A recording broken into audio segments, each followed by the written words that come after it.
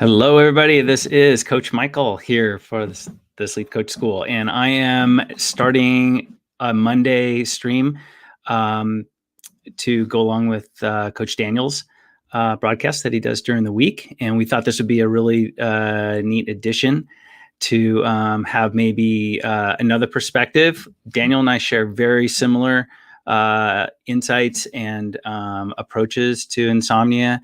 But of course, everyone's different. So we thought this would be a really good way to bring more value to the channel, to have my insight to go along with Coach Daniels. And then, of course, on Friday, you get both of us at the same time. So you get all of us. So anyways, I'm happy to be doing this for the first time here. I'm older than Coach Daniel. Translation of that is technology. Yeah. So I got everything on the screen here. I think I'm good, but I ask in advance for patience if I should stumble a bit, but I think we're okay. So really excited to be doing this, and really happy to be working with Coach Daniel. I think we're making a big impact, and it's really exciting to watch it. So I have a couple emails that I will be discussing. And of course, there is the chat that goes along with this. So Milena, good to see you there. I'll try to watch the chats and see if I can get to some of those. I'm sure I will. But I have two emails. One pretty lengthy one, and one perhaps a little more straightforward, but obviously just as important. So I want to share some of my insights on these two emails. So hopefully you can hear me okay. If you can't, chat and let me know, and I'll try to adjust something. But I tested it all out beforehand. Again, I'm not the young guy that Coach Daniel is, so hang with me here. I'm really excited to be doing this. Okay, so let's get to the emails. And the first one is, I'll pull it up here. The first one is from Katie. And hi, Dr. Daniel. So let's see. Got your email from your YouTube channel. I'm sure you get questions like this all the time, but I was hoping you might provide some insight about what's going on. I usually don't write emails this long, and I apologize in advance. No problem at all. I am a longtime insomniac, but recently went for 3 entire days with absolutely no sleep. And after that, have only been able to sleep 2 to 4 hours at a time, usually in the mornings. And I'm afraid I am dying or have a neurodegenerative condition, but paradoxically, I feel like I would sleep better if I could rule that out. I've been having insomnia problems for the past 6 years. I'm 28 years old, currently in graduate school, working full-time. The problem started when I was an undergrad. I was sexually assaulted in college and developed an acute bladder infection shortly thereafter, for which I was treated with ciprofloxacin or Cipro. I mention this for details later. This is when I first had my insomnia problems. I did go to therapy for a while. My insomnia went away, but eventually came back a year later due to triggers like a snoring boyfriend, and basically hasn't gone away since. Being in school and needing to sleep to finish my degree, I turned to OTC meds like ZQuil and Unisom, and have basically been dependent on them ever since. Doctors have told me that these OTC meds are non-habit forming, but I can't sleep without them the majority of the time. So I really don't believe that. Because of this, I have never wanted to try anything like Ambien, etc. My worst bout of insomnia was not sleeping for about 4 days, but this was a few years ago. I was able to wean myself off them by having the dose for a while and weaning myself off. I slept blissfully well for a whole month without anything for the first time in years, but eventually started taking it again when my insomnia came back. Recently, I found myself needing more doxylamine to sleep for some reason, and I don't know why, because I didn't want to double the recommended dose. Last Sunday, I was awake all night. Yes, I am sure, because I don't get into bed unless I am sleepy. And I was awake for 3 straight days. Finally, on Wednesday, I slept 3 hours. On Thursday, I slept 4 hours. Today, I only slept 2 hours. So basically, I have slept less than 10 hours over the past week. I know this is extremely rare. I'm afraid I might have sporadic fatal insomnia. I watch your channel and know that you say this is extremely rare. I've read the story of the Philadelphia man who developed after taking ciprofloxacin and developing a peripheral neuropathy that led to a fatal insomnia, and that scares me because I have taken it as well. However, that was 6 years ago. It is possible I could have developed this. Oh, yeah. Is it possible I could have developed the same condition from nerve damage that could have occurred back then? Or can you rule this out completely? Also, I'm only 28, which is a bit below the onset for diseases like FFI. I know you're probably thinking this might have something to do with PTSD or rape trauma, but I actually have observed no correlation whatsoever with my sleeplessness and any stress or turmoil in my life. It just comes and goes as pleases. I don't believe it is psychological. I guess my question is, does it sound like I have a fatal insomnia or something like that? Also, I talked to a doctor about this today for the first time, and she said that it would take months for me to die from this. If this continues without improvement, will I really die? Will my body force me to sleep before then? Can I die from this? That is really a scary thought, that if this doesn't get better, I could die from not sleeping. The doctor just told me to go to the ER if I get, quote, desperate, but that's not really the route I want to go. I hope this is just related to the OTC meds because I have had problems before when trying to come off them. Oh, and I forgot to mention this. I sometimes, but not always, find it easier to sleep in the mornings rather late at night. I'm sure if this is a sign of delayed sleep phase, because sometimes during these insomnia periods, my clock goes just haywire and sleeping at night isn't an option, or I will get tired at random times of the day. The sleep I did get over the past few days has been in the morning, starting around 9 a.m. However, as you can see, it's been yet another all-nighter. No hallucinations yet, but I've been told I can go to the hospital when they do come. Sorry, just one more thing. I started having voluntary jerks in my legs, not my whole body like hypnic jerks, just limbs, a few days ago. I haven't had these before while I was awake, and I've been having them while I'm awake, but very, very sleep deprived. This is also a symptom of fatal familial insomnia or spontaneous fatal insomnia. Katie. Okay, so a lot going on there with Katie. And let's see here. I read your email a couple times and I was thinking about it. So first of all, no medical advice here. This is just my insight, my impression of your story, and nothing's direct medical advice, of course. So when the whole fatal familial insomnia thing, I know that you know it's rare. I want to make sure you know how rare it is. It's about 1 in 1 million, they think. And there's kind of a popular, not popular, but like a story that people are familiar with about someone from Philadelphia who took Cipro and for a neurological condition, and then eventually went on to develop FFI. I want to make sure you understand how common Cipro is. I looked it up. I think 2017, something like 7 million prescriptions for Cipro. Each prescription, of course, multiple doses. So I'm just giving you a sense of the rarity of this whole thing, just so you can kind of keep it in perspective. There's no way I can say whether or not you have disease X, Y, or Z. That's not what I can do.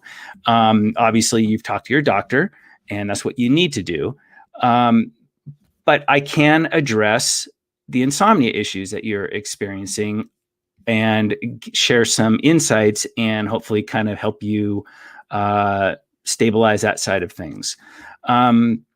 So I noticed that you had the trauma and insomnia kicked in, and but it's kind of come and gone a couple times. And so it's an interesting, when people tell me that, and I hear that a lot, that, you know, my insomnia got better for a certain period of time. And this was, I think, without meds and everything. And then, and so the question is sort of like, well, how did you sleep during that time? Like what magic thing happened? You weren't taking any over the counter, any kind of medication. You slept really well at night for, I think, for a little over a month, I think is what you said in your email. And so what that proves is that sleep is something your brain generates.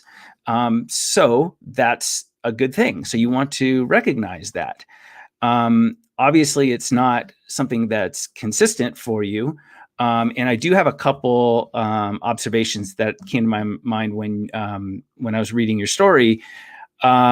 First is that you've been kind of moving into day sleeping, and day sleeping is pretty unnatural. Darkness changes our brain chemistry a lot. And so we're kind of designed to sleep at night. So what you can control is the time that you're done sleeping. What you can't control is the time that you fall asleep. So in a real basic kind of, insomnia 101, CBTI kind of thing, you really want to kind of work on the morning side of things, or the end of your sleep time. That's really all that matters. That's really all that you can control. So let's say you've been getting up at 2, 3 in the afternoon. I would slowly try reeling it back in. Maybe shave like an hour a day off it. So you're kind of pulling it back to more of a morning-ish time, like maybe 9 o'clock or something like that. Don't do it all at once, because your circadian rhythm doesn't shift that quickly. But I would suggest that it's a real basic thing, and just be really, really systematic about that. On the flip side, on the go to bed side, I encourage people, you've probably heard on this channel before, not to even know what time you go to bed. I think it kind of helps not to know that. And so that's another one of my more common suggestions to people if they want to work on their sleep schedule a little bit. So kind of pulling that morning time back, advancing it back on the clock a little bit, so that maybe instead of in the afternoon, you're getting up for the day, like mid-morning or something like that. So that's just kind of a real basic structural thing.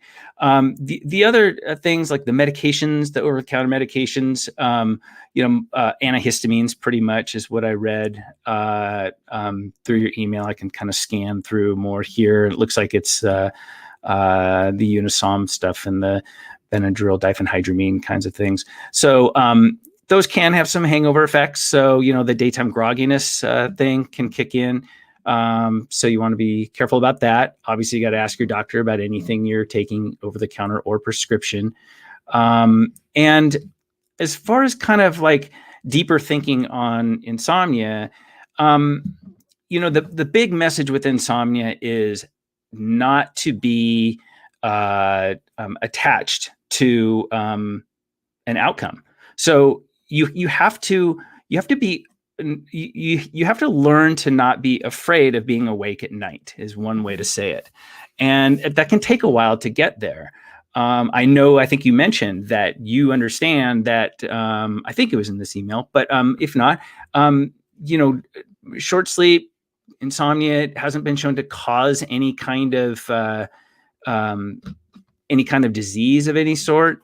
So just, sleep loss in general is only going to cause temporary, short-term changes in the way that you think. So it's going to make you less patient. It's going to make you possibly more anxious. It's going to make you possibly, just sort of uncomfortable a bit. You might be not taking care of yourself as well, just because you feel like you don't have the energy to do things during the day. It's like these kind of short-term, temporary kinds of changes in thinking is really what insomnia causes. So you want to try to get involved in things during the day. Sounds like you're pretty busy in school, things like that, and working. So you want to, focus on good, positive experiences during the day. I think that really helps with sleep. I see some specific hours of sleep being tracked here. I would discourage that. I don't think that's, first of all, it's most likely not particularly accurate. Humans are notoriously inaccurate when it comes to estimating sleep time. I would not be, researching a lot of really esoteric, extremely rare things, symptoms for things that might be related to insomnia. I don't think that's a real practical thing. Clearly, if you're experiencing something that you're concerned about, let your doctor know. But be careful about really getting too specific about things that you're reading about insomnia. And, again, I go back to things that you mentioned about that you slept well at times. And I think this is really where your focus should be, is acknowledging that, and most likely while you were sleeping during those times, you were probably thinking more clearly during the day, probably didn't even think much about sleep at all. It kind of went away. And then, something gets disruptive. I think I heard a mention about a snoring boyfriend. A little side note there. Anyone who snores, you might check out for sleep apnea. He should ask his doctor about that. It's very identifiable and treatable. And it obviously can disrupt someone else's sleep if they're nearby while someone's snoring. So a little side note on the snoring there. You want to make sure everyone's breathing okay at night. I think, the last, it's with the symptoms and things that you're describing. Sometimes when people get really focused on a certain condition and they've convinced themselves that they probably have it, they look for all the symptoms. They read about a symptom and then they get the symptom. They learn about a symptom, they get it. And that's kind of a slippery slope. Anything can cause like almost any type of symptom. Someone has, stomach pain or something like that, maybe just because they didn't eat something that agreed with them, or maybe they're anxious and stressed. Sometimes it shows up in kind of like stomach pain. Well, yeah, like other things like cancer can cause that kind of pain, but that's extremely rare. So you want to make sure you're kind of paying attention to the things that are much, much, much more likely. And you can get your sleep back on track. It all comes down to not being concerned about being awake at night. And I like to use the word indifferent about being awake. I think it's helpful to be indifferent when you're awake. Daniel likes to use befriend wakefulness at night. Whatever phrase you want to use, enjoy the time. Don't know the time. No, don't check the clock. And just try to be methodical about your night. And I think that's the best long-term approach when it comes to sleep. So hang in there. And, I can't speak. I'm not a doctor. I'm not your doctor. And we don't give medical advice here. I can't speak specifically about the FFI or SFI possibility. That's something between you and your doctor. But I want you to make sure, I want you to know the statistics. This, like 1 in a million per year are diagnosed with it. And anything tied to a Cipro drug, it's something like 7 million prescriptions a couple years ago. That was the last data I could find on it. So really, really rare stuff. And you describe other things that sound more like classic insomnia. So I think you can work on your sleep schedule a little bit and really work on how you think about being awake at night. Okay. So I hope that helps there, Katie.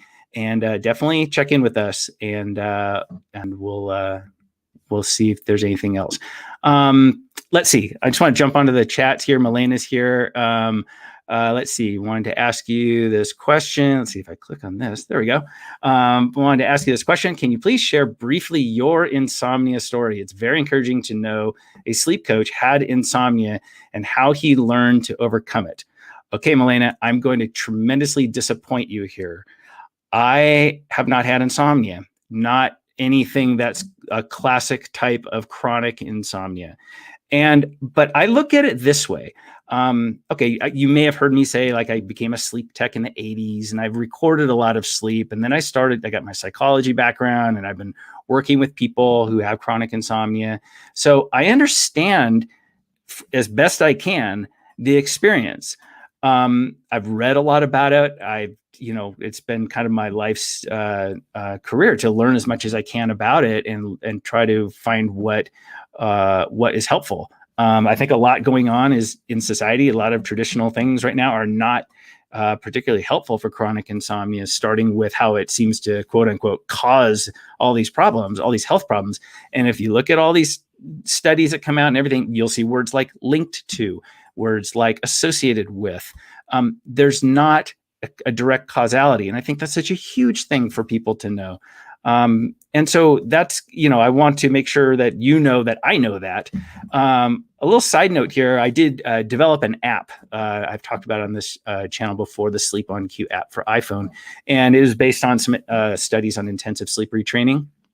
And I'm telling you the story because while I was developing this app, I actually tried to give myself insomnia. I was doing all the things I could think of to really wreak havoc on my sleep. I would take like a week, and I would like wake up at different times and I just forced myself to be awake and then back to sleep. And I let my sleep hygiene go. And I kind of did all these things that, you're not really supposed to do.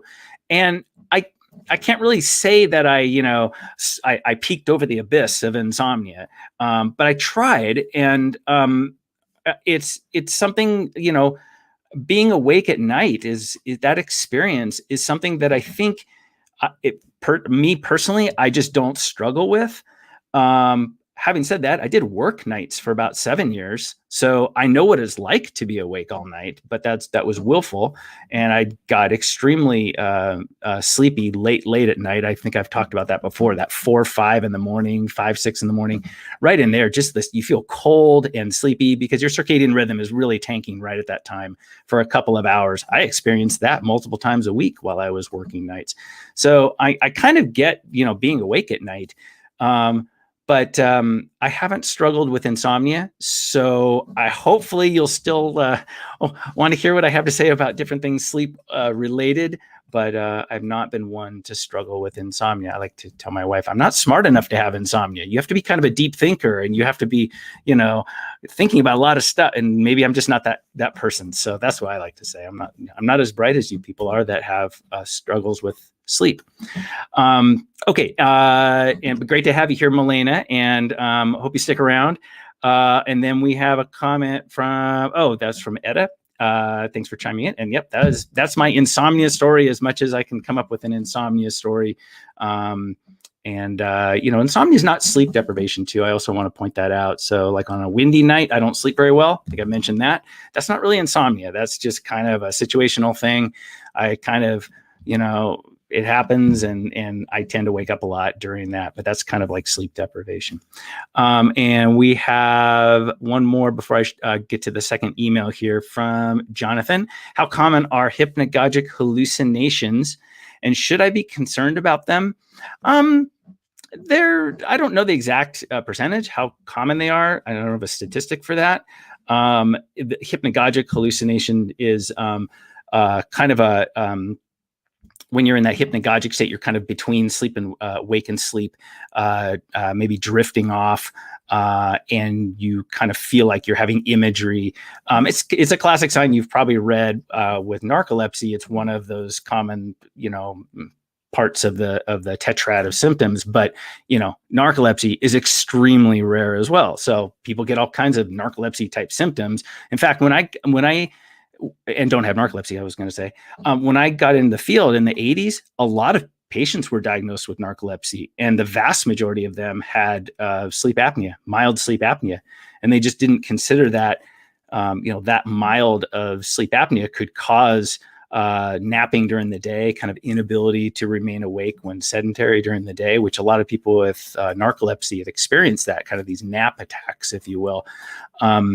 And so, it was just a label, narcolepsy. A lot of my patients, I remember testing in the late 80s, they had already been diagnosed with narcolepsy a few years prior to that, and they didn't have narcolepsy. So hypnagogic hallucination is just kind of one of those quirky type of experiences that some people get. Another one is sleep paralysis. People wake up and they feel like they can't move for a few moments when they wake up. That's another one. I probably hear that maybe even more often than hypnagogic hallucinations. Should you be concerned about them? I would say no. If they are happening repeatedly, like, night after night, or even in the morning, sometimes people get them when they wake up. They call that hypnopompic hallucinations, I think.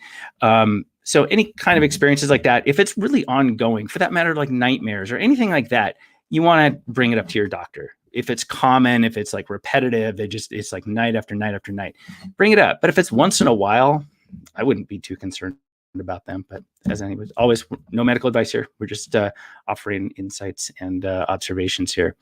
Okay, let's get to that second email here and see if I can go back to it. I think I got it here. All right, this is from Sanjay. Hi, doctor. I'm not doctor. Dr. Daniel's a doctor, but these are all addressed to Dr. Daniel because he's normally the one doing the Monday open class. Okay, I just came across your video today on YouTube. Let me introduce myself. From Chennai, India. I'm 50 years old. Been having a sleep problem since I was around 20 years old. My problem is that I get bouts of insomnia. More than insomnia, my problem is anxiety, which builds up going to bed at night. And this anxiety over whether I will get sleep sometimes leads to panic at night, and sometimes just anxiety, which further worsens the insomnia. After a period of time, which lasts normally a few months, sleep becomes normal and anxiety goes away. But during this insomnia period, I experience a persistent anxiety, which gets worse as night approaches. The last time I had this problem was in 2018. Now I'm having this problem for about a month. Your video explaining that insomnia does not cause any major health problems helped me a lot. So I just want to ask if you can help me and give me advice on this issue. So kind of the panicky fear of going to bed, anxiety, am I going to sleep kind of thing is really common. It's probably one of the most common things that someone with insomnia will describe. And so that's the first thing, just recognizing that it's common. And it really, what it tends to be isn't fear of not sleeping. It's fear of being awake at night. And the secondary part to that is worry about how they're going to feel the next day. So that's usually what drives this. I think that, first of all, you never want to be in bed for long stretches of time struggling to sleep. That's just classical conditioning right there. Really easy thing to change. If you feel like you're alert and you're in bed, definitely would suggest trying something other than lying there trying to will yourself to sleep. So that might be sitting up and reading or watching a show or something, perhaps even getting out of bed if you can do that and stay warm and comfortable. That might even be a better thing to do, just to kind of break up the scenario. So you never want to just be in that like trying to sleep situation, because it will tend to create more anxiety about sleep. It's kind of like, that classical like insomnia, classical conditioning, just anxiety just associated with nighttime. I've had clients will tell me, they start to get anxious in the afternoon even because nighttime is approaching. It's like that whole anxiety thing. It's like anxiety to anything that's approaching, whether it's good or bad. You get this sort of butterflies, right? Even if it's like you're going to perform, maybe you're in a play or something and it's getting closer, and the anxiety is building. It's kind of a good anxiety. But it can, that expectation can really drive a lot of anxiety when it comes to insomnia. And so you want to flip the table, turn the tables on the whole thing. Okay. So not being focused on sleep at all, get involved in something else, allow yourself to get sleepy. If you feel like you're losing focus on what you're doing, that's a good time to go lay down. And if you lose that feeling of, can't think about something other than sleep, then that's a good cue to consider doing something else. Get back out of bed or sit up in bed. And I like reading. I'm just kind of one of those traditionalists. People say, what should you do at night? I like reading because, your mind goes somewhere. If you read something that you enjoy, like a story, a novel, it's very illustrative. A lot of imagery is going on in your mind when you're reading that. That's really good stuff, because then when you put the book down, when you start rereading because you're so sleepy, it creates kind of a story that you can go to. And it's like you've now like occupied your thoughts with that, which is a much more helpful set of thoughts than trouble sleeping and why can't I sleep and how do I sleep and why isn't this happening? All these kinds of thoughts, you want to kind of override them. And I think a story narrative is a really helpful, simple way to accomplish that. And I encourage everyone to explore that. One of the more common things I've heard over the years is the phrase, I used to read and I would fall asleep all the time. And I kind of feel like, yeah, okay, well, books still exist, and you find one that you like and see if that helps. But kind of learning to be okay with being awake at night, or even turning the tables even further and really enjoying the time. Your thinking gets really creative at night. you can kind of tap into that, maybe learn a craft or an art or something like that. It might be a really enjoyable thing to do. And but keep that morning time pretty consistent. That's always kind of one of my core things, that 24 hours, every 24 hours, you start your day. I think that really, really sets the stage for everything else. Have just healthy, active days, and at night, never put yourself in a situation where you are trying to force your sleep. So that was from Sanjay. I hope that offers some insight there for you. Go back to the chat here, see if it's anyone else. Looks like that's pretty much the chats. I'm trying to think if there's anything else I wanted to touch on. Again, I'm kind of like learning the technology here for this first time, so thank you for bearing with me.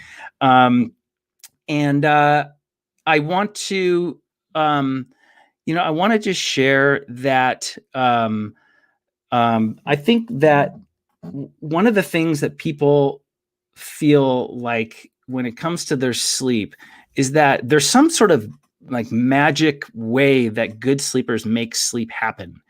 And that's a really common theme. I hear that, when we're around friends or something in a social situation, a lot of times the conversation turns to sleep, and then it's like, oh, Mike's here, the sleep guy. So, I'm always happy to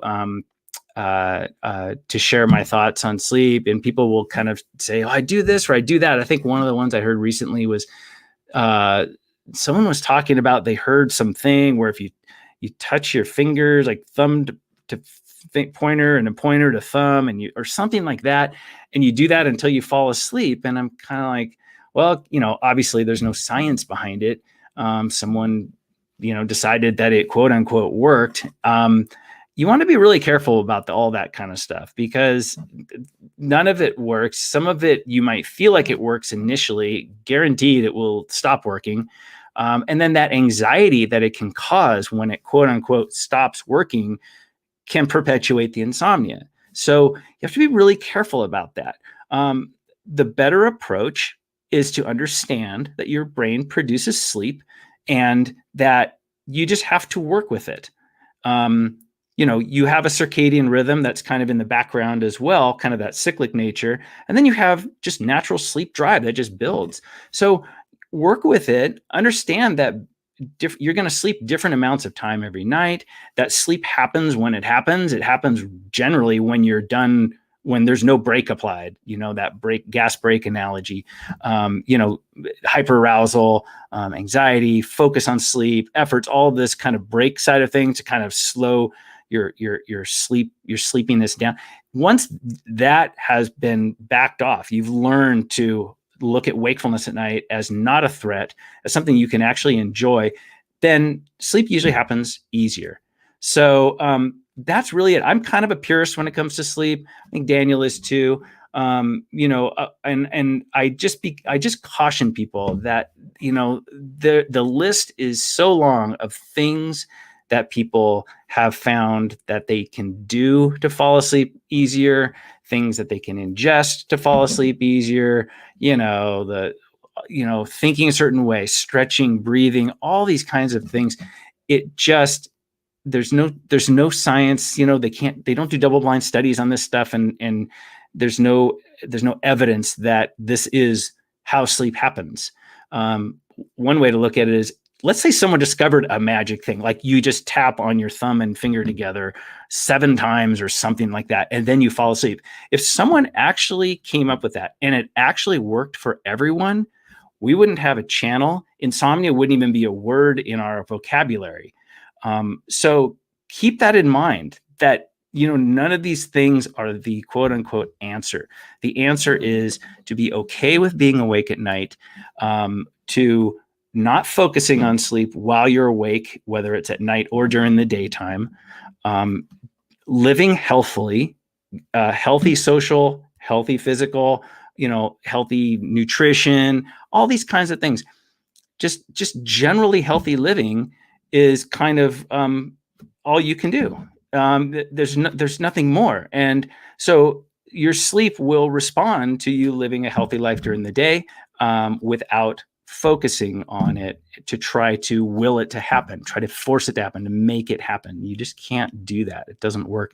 And then once something that never really worked in the first place, once that quote unquote stops working, the anxiety that builds from that can really be pretty profound. So in the 30 plus years, that's one thing I have definitely observed. And, with whether it's over-the-counter medications or prescription medications, you want to be really careful about that. They're all, I just call them slippery slopes. There's a lot of slippery slopes out there when it comes to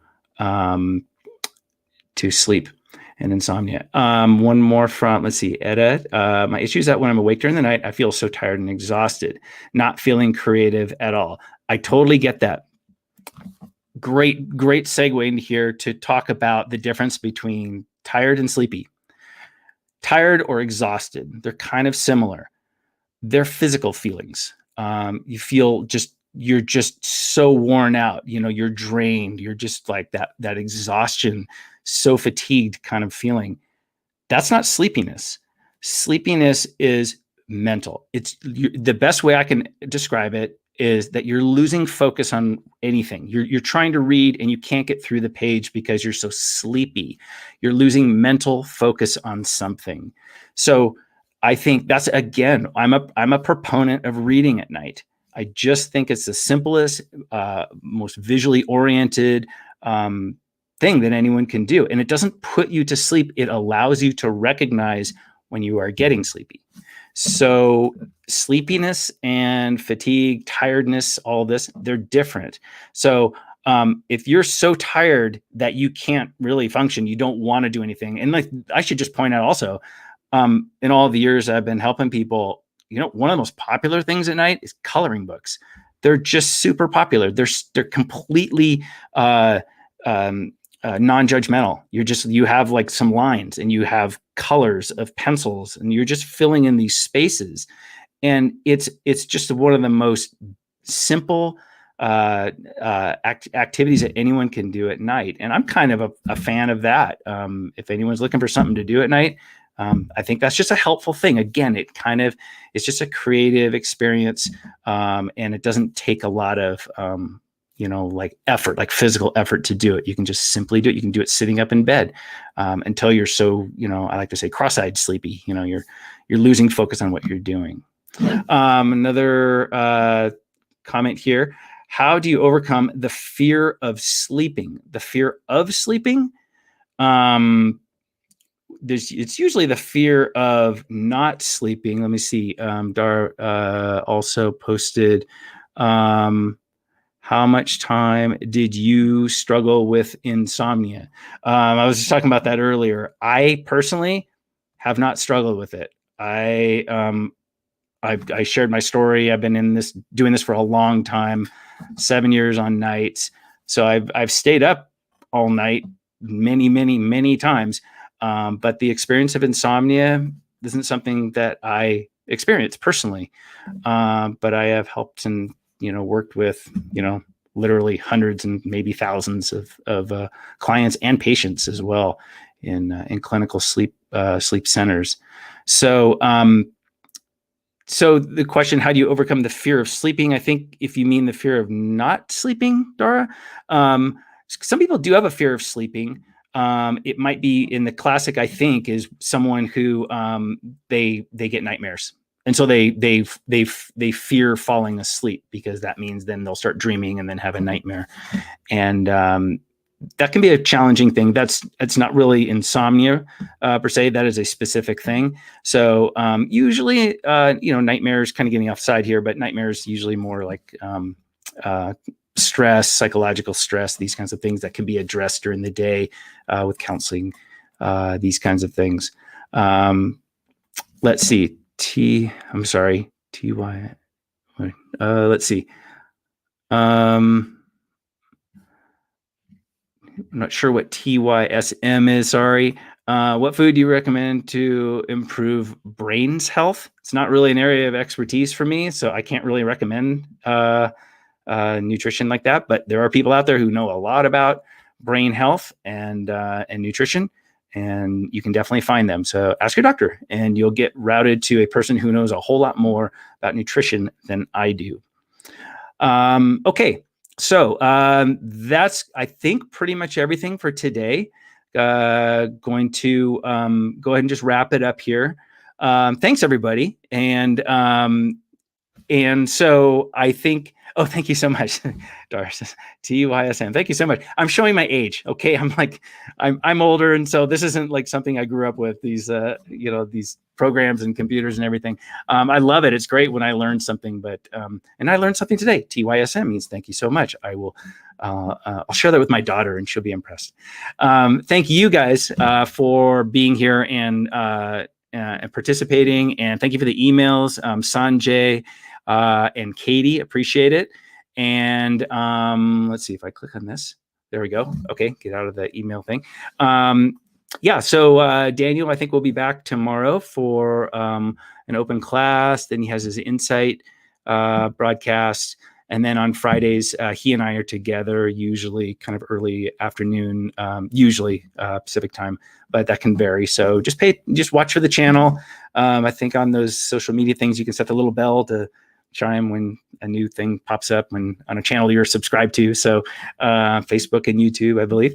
So so that's about it. And again, thank you guys so much. And I look forward to doing another one on Monday and getting some more emails. And we will go from there. All right. And also, I will see you all on Friday with Daniel. So take care, everybody. Thanks. Bye-bye.